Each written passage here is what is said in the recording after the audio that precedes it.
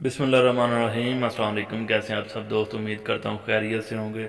जैसा कि आप सब दोस्तों के लिए मैं हमने लॉ गेट के सिलेबस के हवाले से सीरीज स्टार्ट की हुई है। जो आज का हमारा लेक्चर है वो कॉन्स्टिट्यूशन ऑफ पाकिस्तान है। और कॉन्स्टिट्यूशन ऑफ पाकिस्तान में जो लॉ गेट का सिलेबस है उस हवाले से है कि हमने कौन कौन से आर्टिकल्स करने हैं, कौन कौन से आर्टिकल्स इंपॉर्टेंट हैं जो पेपर में आ चुके हैं या आ सकते हैं। टोटल आर्टिकल इसके कितने हैं इस हवाले से, और जो ज़्यादा इंपॉर्टेंट है जो हमें प्रायोरिटी बेस पे करने चाहिए, जिन्हें हम करके मैक्सिमम नंबर हासिल कर सकते हैं।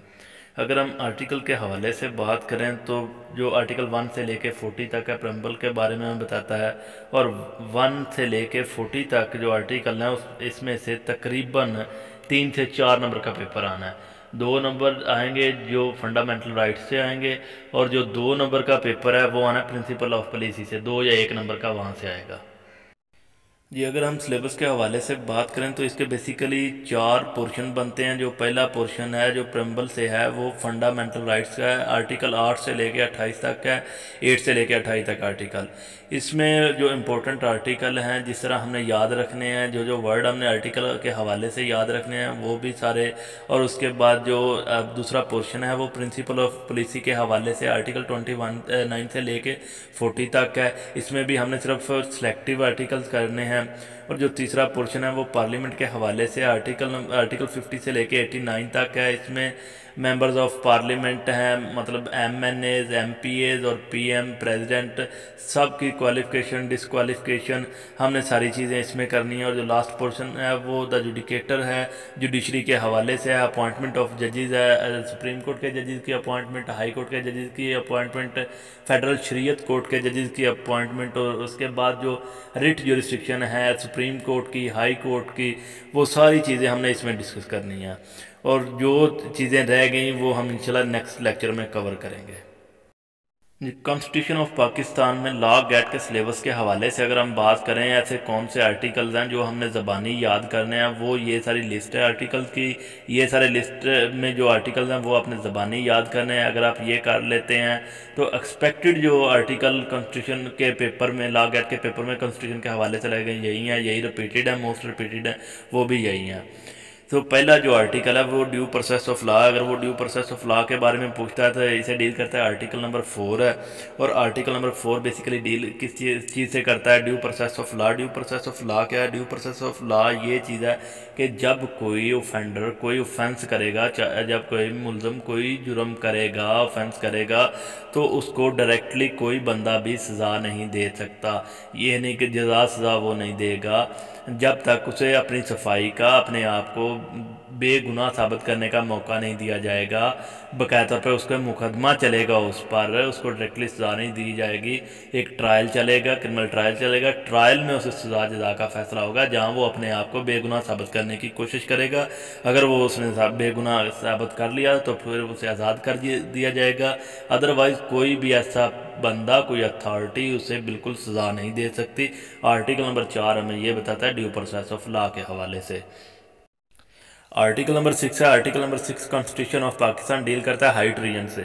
ऐसा कोई शख्स जो आईने पाकिस्तान को तोड़ने की कोशिश करेगा या तोड़ेगा या सस्पेंड करेगा पार्लियामेंट्री प्रोसीडिंग से हटकर, उसे अमेंड करेगा या ऐसी कोई भी एड करे, मदद करेगा किसी शख्स की, तो उस पर संगीन गद्दारी का मुकदमा दर्ज किया जाएगा। आर्टिकल नंबर 6 इससे डील करता है हाई ट्रीजन से, कि जो कोई कानून को, जो कोई कॉन्स्टिट्यूशन को तोड़ेगा, तोड़ने की कोशिश करेगा या उसमें मदद करेगा तो उसके खिलाफ हाई ट्रीजन का मुकदमा दर्ज किया जाएगा।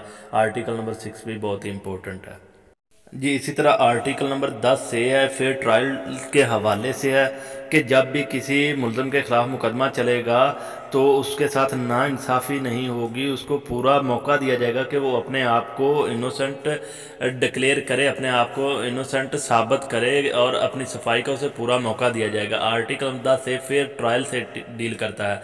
और इस तरह आर्टिकल 19 है, 19 से राइट टू इन्फॉर्मेशन, कि कोई भी ऐसी इन्फॉर्मेशन जो पब्लिक हो वो पाकिस्तान का हर सिटीज़न उससे एक्सेस कर सकता है, उसे हासिल कर सकता है। राइट टू इन्फॉर्मेशन इस हवाले से है, आर्टिकल नंबर 19 से डील करता है।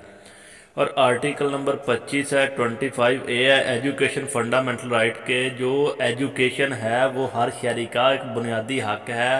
हर शहरी अपने تعلیم حاصل کر سکتا ہے، تعلیم مکمل کر سکتا ہے. کسی کو تعلیم مکمل کرنے سے نہیں روکا جا سکتا کیونکہ وہ اس کا بنیادی حق ہے، اور اس کو اس کے بنیادی حق سے محروم نہیں کیا جا سکتا کہ آپ نہیں پڑھ سکتے یا آپ کو پڑھنے کی اجازت نہیں ہے. خواہ وہ میل ہو فیمیل ہو، ہر کسی کو اس بات کی اجازت ہے کہ وہ اپنی تعلیم مکمل کر سکتا ہے. آرٹیکل نمبر 62 ہے qualification of MNAs and MPAs. اس میں جو ایلیجیبلٹی کرائٹیریا ہے، جو کوالیفیکیشن ہے ایم این ایز کی، ایم پی ایز کی، plus PM prime minister کی، پریزیڈنٹ کی، چیئرمین ڈپٹی چیئرمین کی اور اسپیکر ڈپٹی اسپیکر کی، ساری کوالیفیکیشن 62 میں انہوں نے کلیئر کی ہوئی ہیں. اور ڈسکوالیفیکیشن 63 یا ڈسکوالیفیکیشن سے ڈیل کرتا ہے جو پارلیمنٹ کے ٹوٹل ممبرز ہیں ان کے حوالے سے، چاہے وہ سینٹ کا ممبر ہو، سینیٹر ہو، ممبر آف نیشنل اسمبلی ہو یا ممبر آف پروونشل اسمبلی ہو، سب کی ڈسکوالیفیکیشن کے حوالے سے 63 ہے اور 62 کوالیفیکیشن کے حوالے سے ڈیل کرتا ہے.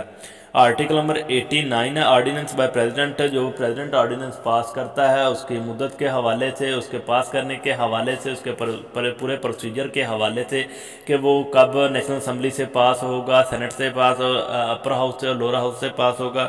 اور اس کے بعد آرٹیکل نمبر 175 ہے اپوائنٹمنٹ آف ججز کے حوالے سے ہے. یہ ججز اس میں ہائی کورٹ کے آ جاتے ہیں، سپریم کورٹ کے آ جاتے ہیں، فیڈرل شریعت کورٹ کے آ جاتے ہیں، ان سب کے اپوائنٹمنٹ کے حوالے سے ہے. اور آرٹیکل نمبر 184 ہے original jurisdiction of supreme court ہے. یہ سپریم کورٹ کی جورسڈکشن کے حوالے سے ہے. 185 appellate jurisdiction of supreme court کے حوالے سے ڈیل کرتا ہے. 186 ہے advisory jurisdiction of supreme court کہ کب کب ایڈوائزری جورسڈکشن ہوگی لاگو ہوگی. اور 199 rate jurisdiction of high court کی ہے. اس میں جو 5 ریٹس ہیں جورسڈکشن وہ والی ہیں. اور 212 ڈیل کرتا ہے ٹریبیونل کو. اور یہ سارے موسٹ امپورٹنٹ آرٹیکل ہیں جو آپ نے زبانی یاد کرنے ہیں، اور جو موسٹ پروبیبلی ہے اس میں ہی آرٹیکل لگیں گے. جو آرٹیکل کے نمبر پوچھے گا وہ یہی ہے. نمبر کے حوالے سے جو آرٹیکل آپ نے زبانی یاد رکھنے ہیں وہ یہ سارے آرٹیکل ہیں. یہ ہمارا جو پہلا پورشن ہے فنڈامنٹل رائٹس کا، آرٹیکل نمبر 8 سے لے کے 28 تک ہے. اس میں ہم نے جو آرٹیکل کے نمبر یاد رکھنے وہ ہم نے پہلے ہی ڈسکس کر لیے ہیں. اس میں باقی جو آرٹیکلز ہیں ان کو ہم نے ایک ورڈز کے لحاظ سے یاد رکھنا کہ کس آرٹیکل میں کون سا ورڈ ہم نے یاد رکھنا ہے. اور جو اس کا پہلا آرٹیکل ہے وہ آرٹیکل نمبر 8 ہے. یہ ایک جنرل آرٹیکل ہے. اس حوالے سے نو لا ان ڈیروگیشن ود فنڈامنٹل رائٹ کہ کوئی ایسا قانون پاس نہیں کیا جا سکتا جس سے کسی شہری کا بنیادی حقوق، کسی شہری کو اس کے بنیادی حقوق سے محروم کیا جا سکے. کوئی بھی ایسا قانون نہیں بنے گا جس میں فنڈامنٹل رائٹ کو ختم کیا جا سکے. کہ یہ آرٹیکل نمبر 8 اس سے ڈیل کرتا ہے کہ بنیادی حقوق سے آپ کسی کو محروم نہیں کر سکتے. ایسا کوئی قانون نہیں بنا سکتے کہ جس سے آپ شہریوں کو، سٹیزن کو ان کے بنیادی حقوق سے محروم کر دیں. یہ آرٹیکل نمبر 8 ہے.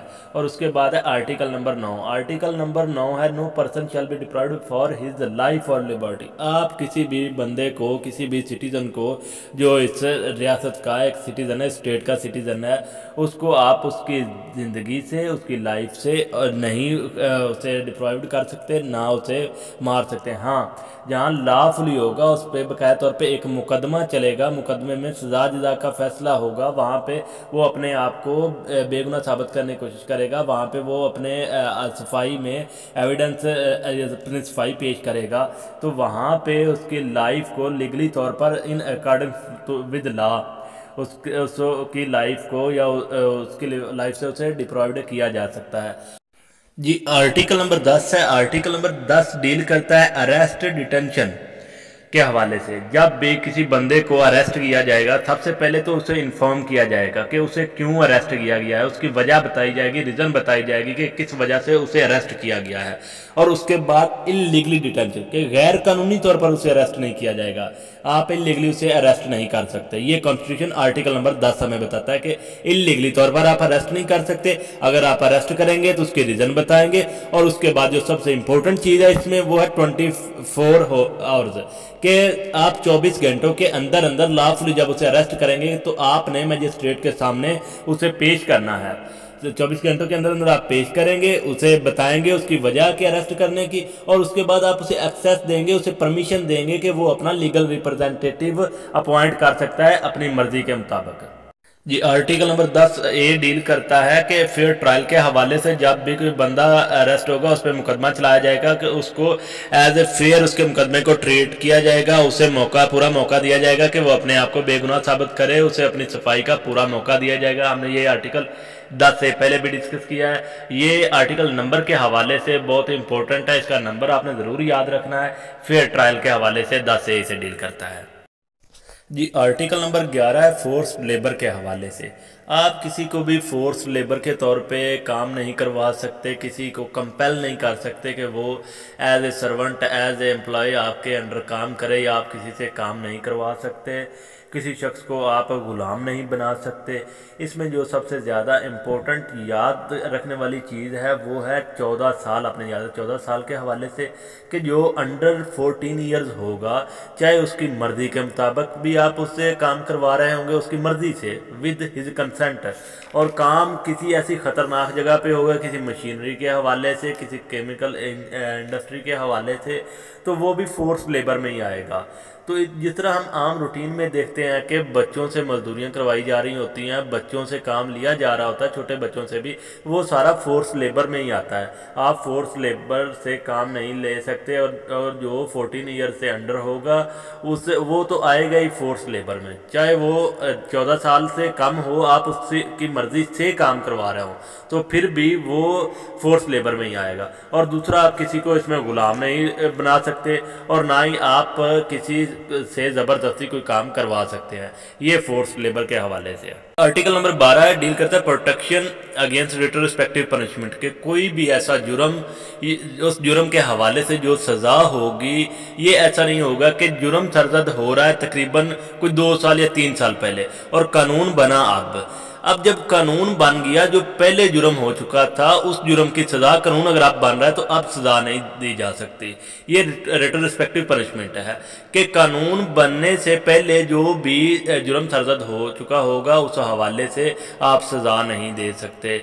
फॉर एग्जांपल, जैसे काइट फ्लाइंग है या साउंड सिस्टम एक्ट के तहत वो FIR दी जाती हैं। अब पहले भी लोग पतंगबाजी करते थे या साउंड वगैरह चलाते थे, उस वक्त वो कानून नहीं बना था। जब कानून बना तो अब उन पे FIR अब नहीं दी जा सकती। अब जो ये ऑफेंस कमिट करेगा, जब ऑफेंस कमिट हो रहा है, अब हो रहा है, कानून बन चुका है, कानून बनने के बाद जो जुर्म करेगा उस पर FIR होगी, उस पर मुकदमा चलेगा। इससे पहले, कानून बनने से पहले जो भी वो जुर्म कर चुका है, इस कानून के हवाले से कानून मौजूद नहीं है तो फिर उसे सजा नहीं दी जा सकती। ये रेट्रोस्पेक्टिव पनिशमेंट है। जी, आर्टिकल नंबर 13 डबल जेपार्डी के हवाले से डील करता है कि किसी पर्सन को, किसी बंदे को एक जुर्म के हवाले से, एक ऑफेंस के हवाले से 2 दफ़ा पनिशमेंट नहीं दी जा सकती, सज़ा नहीं दी जा सकती। No person can be punished in twice same offence, कि एक ही जुर्म में 2 दफ़ा आप उसे सज़ा नहीं दे सकते। सेक्शन 403 जो CRPC का है वो भी इसके हवाले से, वो भी इससे डील करता है। और जो इसका दूसरा पोर्शन है, जो दूसरा पार्ट है इस आर्टिकल का, सेल्फ इंक्रिमिनेशन, कि किसी बंदे को आप कंपेल नहीं कर सकते कि वो अपने खिलाफ ही गवाही दे या अपने आप को वो मुलज़म बना ले, ऐसी कोई स्टेटमेंट या ऐसा आप उसे कंपेल नहीं कर सकते उसकी मर्जी के खिलाफ कि वो ऐसी कोई गवाही दे। आर्टिकल नंबर 13 इससे डील करता है कि no person shall be prosecuted और punished for the same offence more than once. ये हो गया डबल जेपार्डी के हवाले से। No person shall be compelled to be a witness against himself, कि वो अपने आप के खिलाफ ही वो गवाही दे। इस तरह भी आप उसे डील नहीं कर सकते, ट्रीट नहीं कर सकते। Article number 14 dignity of man, privacy of home के हवाले से, कि आप किसी बंदे को उसकी जो डिग्निटी के हवाले से आप उसको डिफेम नहीं कर सकते, और दूसरी जो उसकी प्राइवेसी है, उसके घर की प्राइवेसी है, घर की प्राइवेसी के हवाले से आप बिल्कुल उसमें इंटरफेरेंस नहीं कर सकते। आर्टिकल नंबर 14 इससे डील करता है। जो आर्टिकल नंबर 15 से 20 तक है उनके लिए ये एक छोटा सा फार्मूला है, मैक्स MAATSR। अगर ये आप याद कर लेंगे एक शॉर्ट्स वर्ड, तो इनके हवाले से आपको ये जो 6 आर्टिकल्स हैं वो इजीली, आसानी से आप याद कर सकते हैं। تو آرٹیکل نمبر جو 15 ہے، right of movement move freely through out the Pakistan accept reasonable restriction imposed by law in the public interest ہے کہ آپ پورے پاکستان میں کہیں بھی جب چاہیں جا سکتے ہیں، آ سکتے ہیں. یہ نہیں ہے کہ آپ کے ایک مخصوص ایریے میں جائیں گے، آپ کا قانون، آپ کا جو کارڈ بنا ہوا ہے ایز پر لا آپ صرف وہاں جا سکتے. نہیں، آپ کے پاس جب ایک سٹیزن شپ ہے، آپ کے پاس جب آئی ڈی کارڈ آپ کا بنا ہوا ہے، آپ پورے پاکستان میں کہیں بھی فریلی جا سکتے ہیں. آپ کو کوئی روک نہیں سکتا، آپ کو کوئی منع نہیں کر سکتا. ہاں، ایز پر لا اگر کوئی ریسٹرکشن امپوز ہوئی ہے، کسی خاص علاقے میں کوئی آپریشن چل رہا ہے، کسی وجہ سے وہاں آپ نہیں جا سکتے، تو وہاں سے آپ کو منع کر دے، وہاں آپ بالکل نہیں جا سکتے. یا آپ جو بھی ایسی کوئی پلیسز ہیں جو گورنمنٹ نے بین کی ہوئی ہیں، وہاں پر بھی آپ نہیں جا سکتے. باقی پورے پاکستان میں آپ کو کوئی پوچھ نہیں سکتا، کیونکہ آپ کا یہ کانسٹیٹیوشنل رائٹ ہے، فنڈامنٹل رائٹ ہے کہ آپ پورے پاکستان میں گھوم پھر سکتے ہیں، آپ جا سکتے ہیں، سوائے ان جگہوں کے جہاں پہ قانون کی وجہ سے یا کوئی کانفیڈینشل پلیس ہے یا کوئی ایسی پلیس ہے جہاں پہ آپ کا جانا سیکیورٹی کے لیے باعث خطرہ ہے، وہاں پر آپ نہیں جا سکتے. باقی آپ پورے پاکستان میں فریلی گھوم سکتے ہیں. یہ آرٹیکل نمبر 15 موومنٹ کے حوالے سے ہے. آرٹیکل نمبر 16 ہے فریڈم آف اسمبل پیس کہ کوئی بھی اسمبلی ایسی کوئی جماعت آپ بنا سکتے ہیں، کہیں پہ آپ بیٹھ سکتے ہیں، اکٹھے ہو سکتے ہیں، اور وہ ہونی بھی پیسفل چاہیے، ود آؤٹ آرمز ہونی چاہیے، وہاں پہ کوئی لیگل ایکٹیویٹی نہیں ہونی چاہیے. آپ اسمبلی بنا سکتے ہیں، کریٹ کر سکتے ہیں، آپ اکٹھے ہو کے بیٹھ سکتے ہیں، آپ کو منع نہیں کیا جا سکتا، روکا نہیں جا سکتا. جیسا کہ آپ سب دوستوں کے علم میں جب کرونا آیا تھا تو یہ شادیوں پہ یا کچھ گیدرنگ پہ انہوں نے پابندی لگا دی تھی. تو ایسی صورتحال میں جب پبلک انٹرسٹ ہوگا وہاں پہ بالکل روکا جا سکتا ہے، وہاں پہ ایسی کوئی اسمبلی وغیرہ آپ نہیں بنا سکتے، آپ گیدرنگ نہیں کر سکتے. تو باقی آپ فریلی اسمبلی بنا سکتے ہیں، پیسفل اسمبلی بنا سکتے ہیں. آرٹیکل نمبر 16 اس حوالے سے ڈیل کرتا ہے.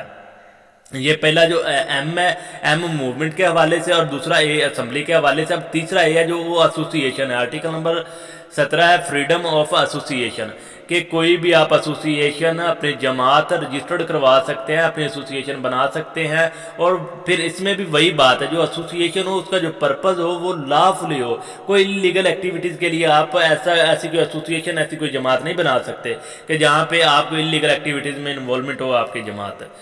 باقی آرٹیکل نمبر 18 ہے freedom of trade business profession.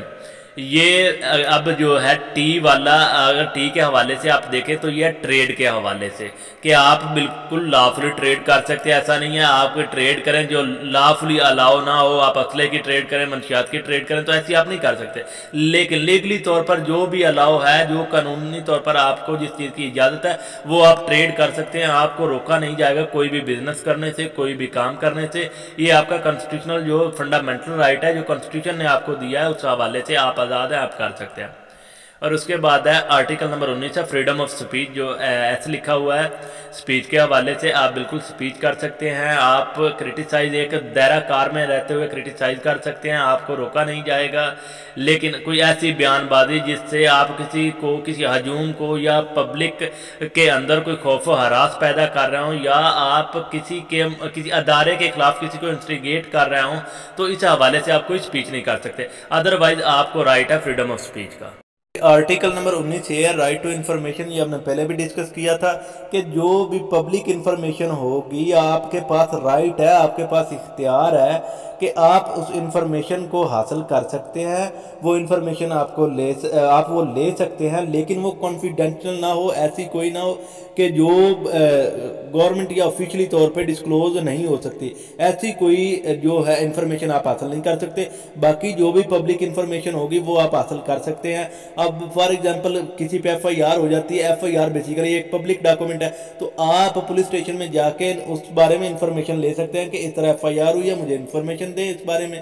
تو کوئی آپ کو یہ نہیں کہتا نہیں جی ہم نہیں دیتے، بلکہ آپ کے پاس وہ رائٹ آپ نے بتائیں گے ہمارے پاس رائٹ ہے. اس رائٹ کے طور پر، اس قانون کے طور پر اور اس حق کے طور پر میں پوچھ رہا ہوں، آپ مجھے بتائیں کیوں نہیں بتاتے ہیں. یہ آپ کے پاس رائٹ ٹو انفارمیشن ہے کہ آپ کہیں سے جا کے اپنے رائٹ کے تحت کلیم کر سکتے ہیں. اور دوسرا جو آرٹیکل نمبر 20 ہے فریڈم آف ریلیجن کہ کوئی بھی بندہ کوئی بھی مذہب اختیار کر سکتا ہے، اسے مذہب کے حوالے سے کمپیل نہیں کیا جائے گا کہ آپ یہ مذہب اختیار کریں یا یہ نہ کریں.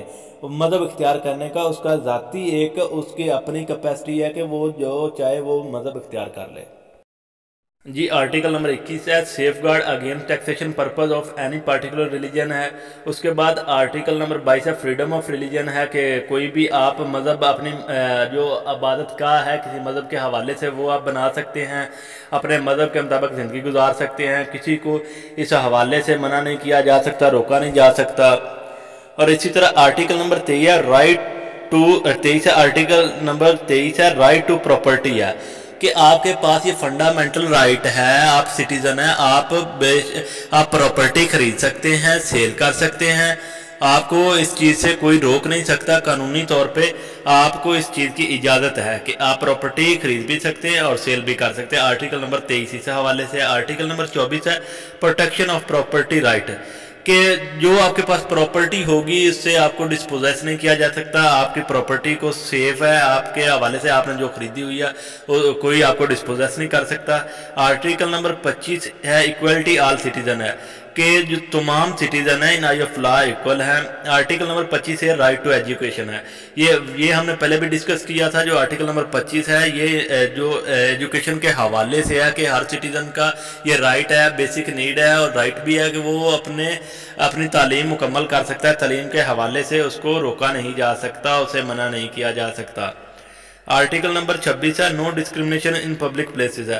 पब्लिक प्लेसेस के हवाले से है कि कोई इसमें किसी को इम्पोर्टेंस ज़्यादा नहीं दी जाएगी, नो डिस्क्रिमिनेशन, कोई इसमें तजाद नहीं होगा। आर्टिकल नंबर 27 है safe guard against discrimination in services appointment. जब भी किसी ये इंपॉर्टेंट है थोड़ा आर्टिकल के जहाँ भी अपॉइंटमेंट का मैटर आएगा, अपॉइंटमेंट के हवाले से किसी को भी इम्पोर्टेंस या किसी को भी प्रायोरिटी बेस पे नहीं रखा जाएगा, ऑन मेरिट रखा जाएगा।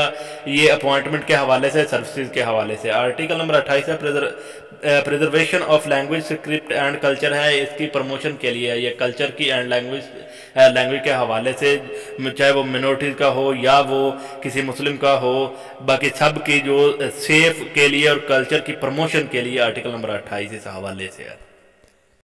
जी जो अगला पोर्शन है वो प्रिंसिपल ऑफ पॉलिसी के हवाले से है। ये स्टार्ट होता है आर्टिकल 29 से 40 तक। इसमें जो इम्पोर्टेंट आर्टिकल है वही हमने करने हैं। जो पहला आर्टिकल है वो 31 है इस्लामिक वे ऑफ लाइफ। जो स्टेट का वे ऑफ लाइफ होगा, जो तर्ज अमल होगा, जो प्रमोट किया जाना है वो इस्लामिक वे ऑफ लाइफ होगा, उसको हमेशा प्रमोट किए जाना है, ना कि कोई और वे होगा। जो इस्लामिक वे ऑफ लाइफ होगा वो एज पर आर्टिकल 31 वही प्रमोट किए जाना है। ये इस्लामिक वे ऑफ लाइफ है, आर्टिकल 31 इससे डील करता है। और उसके बाद आर्टिकल 32 है प्रमोशन ऑफ लोकल गवर्नमेंट। जो लोकल गवर्नमेंट की प्रमोशन होगी वो इसमें देखी जाएगी, उस हवाले से लोकल गवर्नमेंट को प्रमोट किया जाएगा। जो लोकल डिपार्टमेंट अदारे होंगे जिसमें ये ज़िलाई नाज़म आ जाते हैं, चेयरमैन, इन सब ये सब लोकल गवर्नमेंट के हवाले से हैं। ये लोकल गवर्नमेंट की प्रमोशन और इन कोई जो इलाके की फलाह बहबूद के लिए इनको प्रमोट किया जाएगा, ये लोकल गवर्नमेंट के हवाले से। आर्टिकल नंबर 33 है इस हवाले से जो प्रेवकल एंड अदर सिमिलर प्रीडेस टू बी डिस्कस के ऐसी जो भी गलत चीज़ें होंगी, जो भी इन आई ऑफ लॉ गलत होंगी, उनको डिस्कर्ज किया जाएगा, उनको ख़त्म किया जाएगा। आर्टिकल नंबर 34 है 34 है full participation of women in national life है कि जो औरतों की पार्टिसिपेशन होगी इस हवाले से जो स्टेट के अफेयर्स होंगे, जैसे ये नेशनल असम्बली में इनके लिए सीटें रिजर्व है औरतों के लिए, वो सब चीज़ें ये आर्टिकल 34 के हवाले से हैं, इनको प्रमोट किया जाएगा, औरतों की पार्टिसिपेशन को प्रमोट किया जाएगा। आर्टिकल नंबर 35 है प्रोटेक्शन ऑफ फैमिली इट्स के जो ये लाइफ सेफ गार्ड, ये सारी चीज़ें इसमें आ जाती हैं। आर्टिकल 36 है प्रोटेक्शन ऑफ मिनोरिटीज़ के हवाले से है कि मिनोरिटीज़ के जो राइट्स हैं, जो हकूक़ हैं, उनके हवाले से डिक्लेयर किया जाएगा कि उनके कौन कौन से राइट हैं जो डिक्लेयर करने हैं और उनको किस तरह सेव करना है। आर्टिकल नंबर 37 है promotion of social justice and eradication of social evil के जो सोशल जस्टिस होगा उसको प्रमोट किया जाएगा, जो भी माशरती बुराइयां होंगी उन्हें ख़त्म किया जाएगा। ये प्रिंसिपल ऑफ पॉलिसी के हवाले से जो इम्पोर्टेंट आर्टिकल हैं ये थोड़े से हैं, यही सारे आर्टिकल हैं, ये शॉर्ट से। बेसिकली लेक्चर को जल्दी ख़त्म करने का मकसद ये होता है कि शॉर्ट टाइम होता है और शॉर्ट टाइम में सारी तैयारी करनी होती है, तो हम सब जो जितने आर्टिकल इंपॉर्टेंट होते हैं सब आर्टिकल को हम थोड़ा थोड़ा टाइम देते हैं और एक्सप्लेन कर देते हैं ताकि स्टूडेंट इजीली इन्हें तैयार कर सकें। जी आर्टिकल नंबर 38 है promotion of social and economics well being of the people है कि जो लोगों की माशी सूरत हाल है उनको बेहतर किया जाएगा और इसी तरह स्टेबल किया जाएगा स्टेट की जो माशी सूरत हाल है उसको, कि दोनों की माशी सूरत हाल को मद्देनज़र रखा जाएगा। उनके लिए ऐसे प्लान तैयार किए जाएंगे जिनसे माशी सूरत हाल मुल्क की और मुल्क के बशिंदों की बेहतर हो, सिटीज़न की माशी सूरत हाल बेहतर हो। आर्टिकल 38 इससे डील करता है। आर्टिकल 39 है participation of the people in the arm forces है कि जो भी आर्म फोर्सेज होगी उनमें जो पार्टिसिपेशन होगी आम सिटीज़न की, पीपल की, वो इजीली एक्सेस हासिल हो, वो इजीली उनमें ज्वाइनिंग कर सकें और पार्टिसिपेशन कर सकें ज़्यादा से ज़्यादा। ये आर्टिकल 39 है। 30 जो आर्टिकल 40 है strengthen bonds with Muslim world and promoting international peace है कि एक तो जो मुस्लिम वर्ल्ड है उनके साथ रिलेशन कायम करना और बहुत ही गहरे ताल्लुकात इस्तवार करना और इंटरनेशनल पीस जो बैन अवी अमन व अमान कायम करना, ये आर्टिकल 40 के हवाले से है। तो ये जो आर्टिकल आज हमने किए हैं, अगर यही आर्टिकल आप कर लेंगे तकरीबन 4 से 5 नंबर तो कंफर्म है इस हवाले से। ये पहले प्रम्बल में 4 से 5 नंबर आने हैं, अगर इजीली आप कर लें तो इजीली नंबर हासिल कर सकते हैं। ये शॉर्ट सा लेक्चर और हर आर्टिकल को एक थोड़े से वर्ड्स में थोड़े से टाइम में एक्सप्लेन करने का मकसद बस यही होता है कि आप इजीली इसे समझ सकें और सिलेबस को समझ सकें। बेसिकल तो आपने एक दफ़ा पढ़ना ही है सारे आर्टिकल को, लेकिन यहाँ पे एक्सप्लेन करने का मकसद ये होता है कि जो दोस्त अब आप नहीं भी पढ़ सकते, एक दफ़ा अगर वो यहाँ से देख लेते तो इंशाल्लाह वो मैक्सिमम नंबर हासिल कर सकेंगे।